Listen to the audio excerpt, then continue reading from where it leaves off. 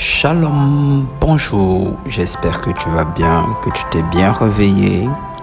Alors ce matin encore, nous allons merveilleusement bien par la grâce de Dieu et nous venons là pour poursuivre avec notre mini-programme Back to School with the Holy Spirit. Et aujourd'hui nous sommes à la 3e leçon et on va parler de l'obéissance. Hier on a parlé de l'humilité et avant-hier on a parlé de la sagesse. Aujourd'hui la 3e leçon c'est l'obéissance et le texte biblique sur lequel nous allons nous appuyer est celui du livre des Proverbes chapitre 1 au verset 8.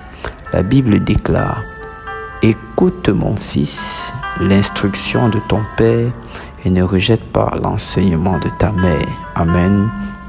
Donc voilà, on a dit que la sagesse était, le commencement de la sagesse était la crainte de Dieu. On a dit que malgré tout ce qu'on veut bien faire, si on n'a pas la crainte de Dieu, le reste ne peut pas suivre. Pourquoi? Parce que c'est la base. Ensuite, on a parlé de l'humilité. On a parlé de l'humilité, que c'est une règle à laquelle on ne peut pas échapper. Il faut bien commencer en bas avant de s'élever. Avant de connaître, avant d'être un expert, il faut accepter d'être un débutant. Et il faut se revêtir d'un sentiment d'humilité parce qu'un cœur humble est un cœur disposé à apprendre et à recevoir. Aujourd'hui donc, on va parler de l'obéissance. L'obéissance qui est aussi très important. L'obéissance qui est très importante, qui est donc l'une des clés par lesquelles quand un enfant est obéissant, je pense qu'il a déjà la capacité d'aller très loin et de faire de grandes choses parce que un enfant qui est obéi, c'est un enfant qui manifeste déjà la sagesse. L'obéissance est ce qui nous permet maintenant d'appliquer la sagesse et de manifester l'humilité. Parce que quand on apprend, on a quelqu'un qui est au-dessus de nous, qui nous donne des instructions, qui nous donne des interdits, qui nous donne des règles. Et pour maintenant être instruit, recevoir une quelconque sagesse de cette personne-là, nous sommes obligés d'obéir. Un enfant qui n'obéit pas est un enfant qui ne peut pas acquérir de la sagesse, qui ne peut pas évoluer ou manifester quoi que ce soit. Et cela s'applique à tous les domaines de nos vies. Que ce soit, je prends peut-être l'exemple du mariage. On demande aux femmes d'être soumises à leur mari. Une femme maintenant qui n'obéit pas peut-être aux instructions ou aux lois, aux directives de son époux, c'est une femme qui est désobéissante. Et quand elle va désobéir, elle va créer de la division. Donc, quand tu apprends, quand tu sais qu'il y a quelqu'un qui est au-dessus de toi, quand tu sais que, je ne suis qu'un étudiant, je ne suis qu'un élève, mon objectif, c'est d'atteindre telle chose, c'est la réussite. Je ne suis qu'un travailleur, un employé, je cherche à atteindre tel objectif. Alors, quand on te donne des instructions, quand on établit des règles et des lois, l'obéissance à ces lois est une des choses qui vont participer à ton succès. Et comment avoir donc un esprit d'obéissance? Comment être obéissant? Comment avoir un esprit d'obéissance? Souvent, il y a toujours des responsables, que ce soit à l'école, pour les élèves, pour les étudiants. Il y a l'enseignant qui est maintenant chargé de t'instruire, de te transmettre une certaine intelligence, une certaine sagesse, une certaine connaissance, un certain savoir-vivre et un certain savoir-faire. Lui, il a déjà cette expérience, il a été instruit à son tour. Maintenant, il aimerait te transmettre ce qu'il a en lui. Maintenant, lui, il sait comment faire. Et quand il donne des règles, quand il dit non, il faut venir tôt, il faut faire ceci, il faut faire cela. Et maintenant, toi qui n'arrives pas à obéir à cela, maintenant, tu commences à marcher sur l'autorité du savoir, de l'enseignement et de la connaissance qu'il veut te transmettre. Or pourtant, si tu te soumets et que tu obéis, oui, tu reçois maintenant ce qu'il veut t'inculquer, ce qu'il veut te transmettre. Et c'est aussi ça. Ça fait partie de l'humilité.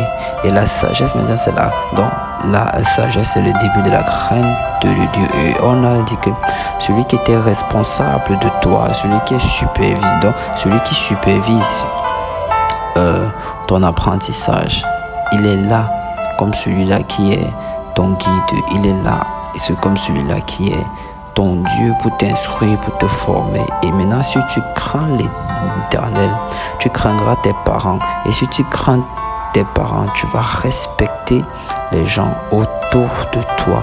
Et maintenant, alors, si tu as maintenant cette crainte, tu auras l'humilité de savoir que tu es petit et que tu devras grandir, tu devras apprendre, tu devras accepter que l'on te donne des instructions, tu devras accepter que l'on te donne des directives, tu devras accepter que l'on te montre comment tu devras marcher et tu devras obéir. Et quand tu auras obéi, c'est là que commencera le début de ta sagesse, de ton apprentissage et de ta grandeur. Donc c'est important.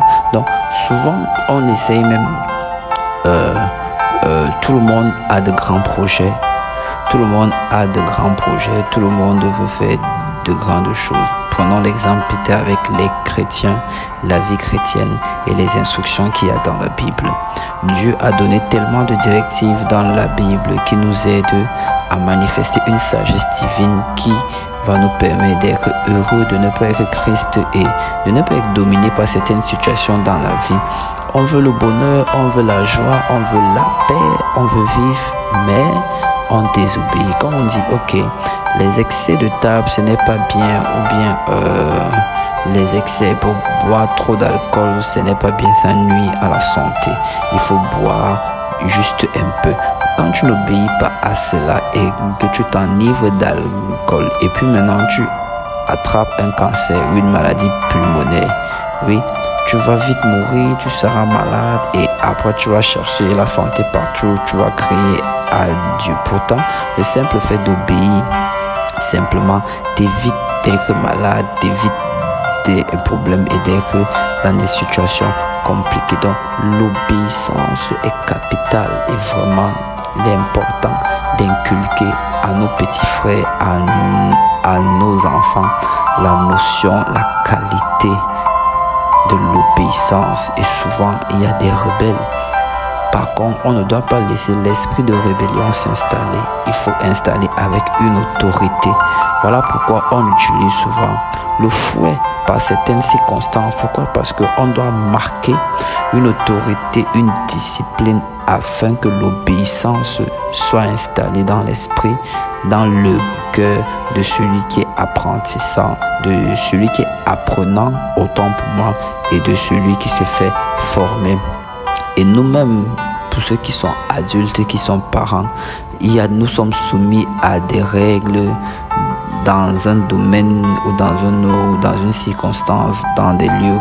Donc, on est soumis à des règles et quand on n'obéit pas, alors il y a des conséquences qui sont parfois fâcheuses et négatives pour notre vie et la vie nous enseigne. La vie nous enseigne. Donc, l'obéissance est très important.